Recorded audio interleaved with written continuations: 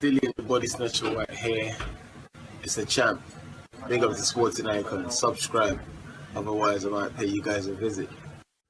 Right, so it's that time of the month again where we can actually talk about the complete world rankings as far as the heavyweight division is concerned. Now they've all managed to update their particular rankings. On this one, we're going to talk about the WBC, and I'll let you know the changes compared to last month. So Tyson Fury, of course, is the WBC World Heavyweight Champion. Dillian Whyte is the WBC Interim World Heavyweight Champion. Number 1 is Deontay Wilder, 2 Alexander Usyk, 3 Ruiz Ortiz, 4 Andy Ruiz Jr., 5 Joe Joyce, 6 Joseph Parker, 7 Michael Hunter, 8 Alexander Povetkin, 9 Filip Herkovich, 10 Ajit Kabiel, 11 F.A. Jagba, 12 Tony Yoka, 13 Charles Martin, 14 Frank Sanchez, and of course 15 Derek Chisora.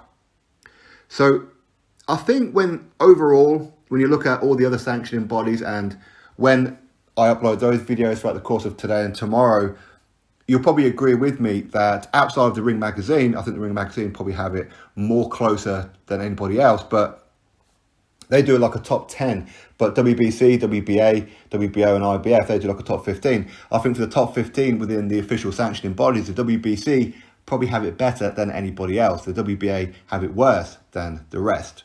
We're never going to agree with all the positions, but I think the top 15 isn't too bad. Now, Wilder being number 1, you can probably say fair enough. He is former WBC World Heavyweight Champion, of course. Alexander Usyk, I do disagree with him being number 2 in the WBC, as that's not the sanctioning belt that he's going after. He's going after the WBO. In fact, he's going to be taking on Joe Joyce for the WBO Interim World Heavyweight Championship. So maybe a bit of a waste of a ranking, but that is what it is. Number 3, Luis Ortiz. I totally disagree with that one. Totally disagree with it. He hasn't beaten anybody. Yes, he's got a few wins, but he hasn't beaten anybody. And the 2 times he has actually stepped up, he got knocked out by Deontay Wilder. For me, that's too high, but you can certainly put him in the top 15. I wouldn't disagree with that. Andy Ruiz Jr., number 4. Again, Andy Ruiz Jr. is a former unified heavyweight world champion. He hasn't been knocked out twice like Luis Ortiz has. For me, Andy Ruiz Jr. should be above Luis Ortiz, but still, you could probably agree that he should be up there or thereabouts. Anyway, Joe Joyce, number 5. Again, waste of a ranking, because if he's going to be taking on Alexander Usyk for the WBO interim belt, why have him there? But you know what? I'm a biased Brit. I'm okay with him being there. Joseph Parker has moved up a position after his win over Derek Chisora. It's not about whether we believe that he won or he didn't win. Fact is, officially, he did win, so he has moved up 1 position. Michael Hunter has also moved up a position to number 7. As well, Michael Hunter has recently pulled out of a IBF mandatory eliminator against Filip Herkovich and has now been bumped up by WBC to number 7. Makes you wonder if something's going to be going on with WBC with Michael Hunter. Alexander Povetkin, of course, he got knocked out by Dillian Whyte. He gets inserted into the number 8 position. Because obviously before he was the WBC Interim World Heavyweight Champion, he lost that belt back to Dillian Whyte, and he gets pushed straight into number 8. We don't know what's happening with Povetkin, if his career is over now. I know a lot of people saying that maybe he should be, but if he does want to have one more crack at it, then he's in a pretty good position to be fighting those around him. Number 9, Filip Herkovich.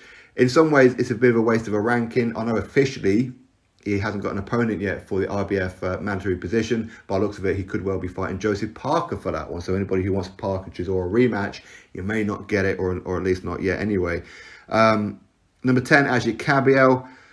I mean, Kabiel is a good fighter, very inactive fighter. I think he does have a fight coming up, but I forget who against. But Kabiel, former European heavyweight champion, number 10. Okay, I mean, he does have a win over Derek Chisora. That's the only name you can really pull out for Ajit Kabiel, in my opinion. Is he warranted a number 10 position? I don't know about number 10, but he is still undefeated. Yes, it's a padded resume. And yes, he did avoid Joe Joyce to defend his European belt against Joe Joyce, so he vacated it instead. But ultimately, I suppose he hasn't taken a loss, has he? So could we really argue that he's not a top 10 fighter? It's debatable, isn't it? But certainly a top 15, I can agree with that. F.A. Jagba, number 11. Jagba's a good fighter, but again, he hasn't really beaten a real live opponent. His best win is probably that Kaladze, Ioka Kaladze, where he did get dropped in that fight himself. But he's a big puncher. Now he's, of course, part of Top Rank. Be interesting to see what Bob Arum does with him going forward. He's 15-0. I'd like to see him take on other opponents that are there or thereabouts his kind of ranking, like number 12, right below him, 10-0, Tony Yoka. Would these two fight each other? Probably not, to be fair, but it'd be good if he does. But I mean, Tony Yoka, he's been moved up a position to number 12. Charles Martin has been dropped down a position for number 13 within WBC. Should he be there? It's debatable, that's for sure. Frank Sanchez is number 14. I mean, for those of you who've seen the undercard for Billy Joe Saunders and Saul Canelo Alvarez last weekend, you'll see that Frank Sanchez, he did take on a fella, forgotten his name, is it Aguilera or something? Aguilera quit in that fight, in my opinion. But Frank Sanchez, he looks like he's a pretty good fighter, to be fair. Of course, he is trained by Eddie Reynoso, same trainer as Canelo Alvarez, Andy Ruiz Jr., Ryan Garcia, and is Oscar Valdez, I think he's there, and a few others. So clearly he's going to have something about him for Eddie Reynoso to be taking him under the wing. But again, let's see Frank Sanchez step up. Don't wait to try and get a title fight by manoeuvring your way in there. Fight some of these top guys. I'd love to see him against, hey, why not an all-Cuban clash? Frank Sanchez versus Luis Ortiz. What's wrong with that fight, eh? And number 15, Derek Chisora. Yes, Derek Chisora did officially lose his last fight. But is he a top 15 fighter? I mean, potentially. I mean, he doesn't really win on the big stages so much. But he's always going to be there, isn't he? He's always going to cause people problems. And he's always going to be the kind of fighter where you could never really write him off. And that's the truth of it. I mean, of course, there's probably going to be some fighters around that you could probably argue maybe should be in there. Maybe a Adam Kalinacki, should he be there? I mean, arguably not in some ways, because he did get knocked out by Robert Helenius. Why is Robert Helenius not in there? And quite a few other fighters. But I think overall, it ain't too bad. Not too bad at all. So that is the WBC Heavyweight World Rankings. Champion Tyson Fury, interim champion Dillian Whyte, 1 Wilder, 2 Usyk, 3 Ortiz, 4 Ruiz Jr., 5 Joyce, 6 Parker, 7 Hunter, 8 Povetkin, 9 Herkovich, 10 Cabiel, 11 Ajagba, 12 Yoka, 13 Martin, 14 Sanchez, and number 15, Derek Chisora. Drop your thoughts below, click thumbs up, subscribe, catch you all on the next video.